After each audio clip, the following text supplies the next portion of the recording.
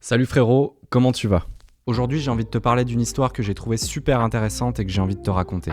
C'est un nouveau format sous forme d'épisode que j'ai intitulé Storytime. Si ça te plaît, n'hésite pas à me le dire en commentaire, ça prend pas longtemps et ça me ferait super plaisir. Avant de commencer, si tu souhaites chatter, discuter, tu peux rejoindre le Discord de la Team Paradise. Ce serait cool que tu fasses partie de la famille. Si ça t'intéresse, on t'attend avec impatience, le lien est en description. L'histoire du jour, c'est celle de Devon Wilson. Son nom te dit peut-être rien, pourtant son histoire est assez incroyable.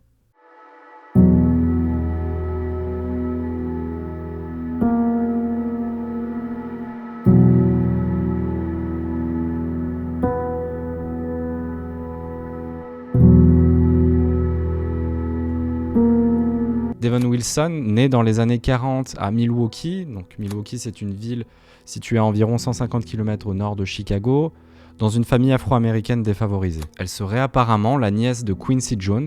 Rapidement, ceux qui ne connaissent pas Quincy Jones, c'est un trompettiste, arrangeur, compositeur et producteur américain dans le domaine du jazz, de la funk, de la soul et du rap, et il fait aussi des musiques de film. C'est un micro-détail, mais qui a son importance dans l'histoire. À 15 ans, Devon Wilson décide de quitter le foyer familial pour vivre une vie de nomade. Vie qui s'annonce compliquée, parce qu'à 15 ans, t'as zéro thune. Pour voyager, manger, vivre tout simplement, c'est très compliqué. Sur sa route, elle va rencontrer beaucoup de violence, elle va se prostituer pour gagner de l'argent, et se droguer. Dans les années 60, là où le rock psychédélique et la contre-culture est à son apogée, contre-culture, j'entends le mouvement hippie en partie. Elle enchaîne les scènes rock, les festivals, mais pas uniquement pour la musique. Elle aurait eu plusieurs aventures avec des stars comme Mick Jagger, Brian Jones ou encore Jim Morrison, et peut-être qu'être la nièce de Quincy Jones lui a donné certains avantages. Avantages pour rencontrer et coucher avec ces immenses stars du rock. Et c'est à ce moment-là qu'avec toutes ces relations en compagnie de ces légendes, qu'on lui donne le nom de super groupie. Petite parenthèse pour le mot groupie, alors en fait il y a les fans, ça pas de souci, et puis il y a les groupies en fait qui idolâtrent un chanteur, un musicien, un groupe, enfin tout ce que tu veux, de le suivre pendant toutes ses tournées, d'assister à toutes ses apparitions publiques que possible, dans l'espoir d'engager une relation émotionnelle, voire même sexuelle. Et si tu veux, groupie, c'est vraiment le level up d'un fan. Et c'est avec un artiste particulier qu'elle va pousser très loin la notion de groupie.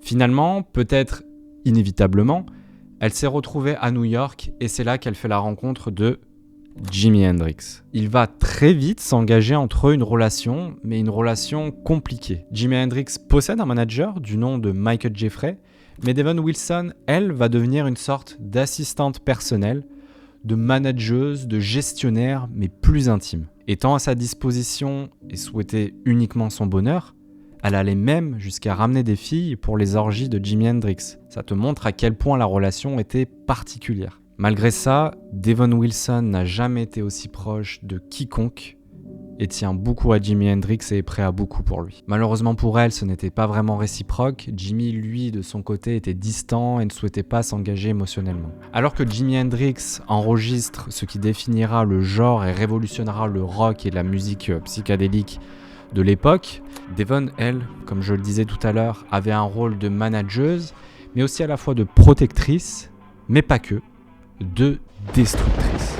Puisque accro à l'héroïne et à la cocaïne, c'est elle qui fournissait la drogue à Jimi Hendrix. Elle encourageait énormément les excès de Jimi et les siens par la même occasion. D'ailleurs, l'entourage de Jimi ne validait pas du tout ce que faisait Devon. Par la suite, plus Jimi devient célèbre, plus leur relation se détériore. Avec les tournées, le succès, Jimi Hendrix met de plus en plus de distance avec Devon. Et plus il met de distance, plus Devon est jalouse et possessive. Jimi Hendrix continue à prendre de la notoriété, jusqu'à devenir la rockstar qu'on connaît aujourd'hui. Et pour lui, il n'y a plus de place pour Devon Wilson. Pour elle, l'arc-en-ciel des 60s se transforme en flamme.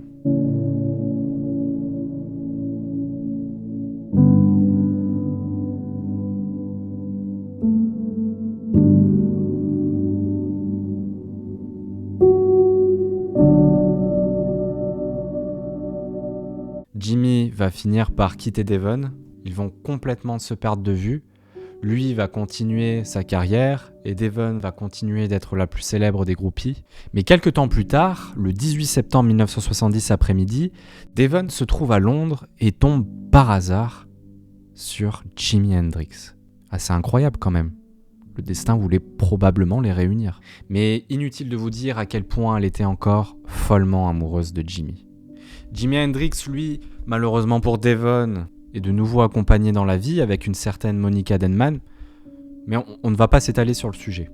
Rappelez-vous, nous sommes le 18 septembre 1970. Pour ceux qui connaissent un petit peu l'histoire de Jimi Hendrix, si je vous dis Londres 1970, ça sent pas bon du tout. Interactualité, présenté par Paul Lefebvre.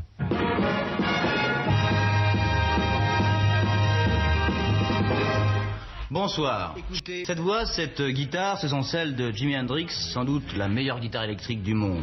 Mais Jimi Hendrix est mort cet après-midi dans un hôpital de Londres après avoir absorbé une dose massive de drogue. Il avait 24 ans. Patrick Jean-Francard. Après la disparition le 2 septembre d'Alan Wilson, le guitariste et chanteur des Candid, c'est probablement le plus grand musicien qui a révélé la musique pop qui meurt aujourd'hui à Londres d'une overdose. Devon va apprendre la nouvelle en même temps que tout le monde. Elle décide de retourner à New York et tombe dans une toxicomanie encore plus importante.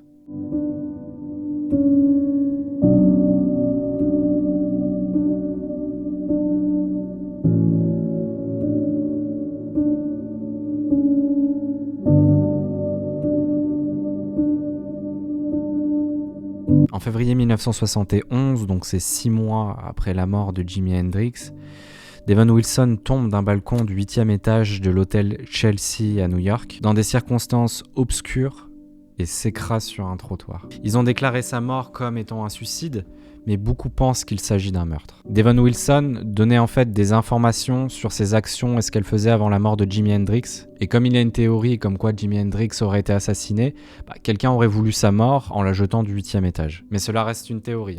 Cela peut être un suicide, un accident en tombant du 8e étage. Malheureusement, on ne sait pas. Devon Wilson, femme audacieuse et non conventionnelle, elle a tracé un chemin rebelle avant de s'enflammer.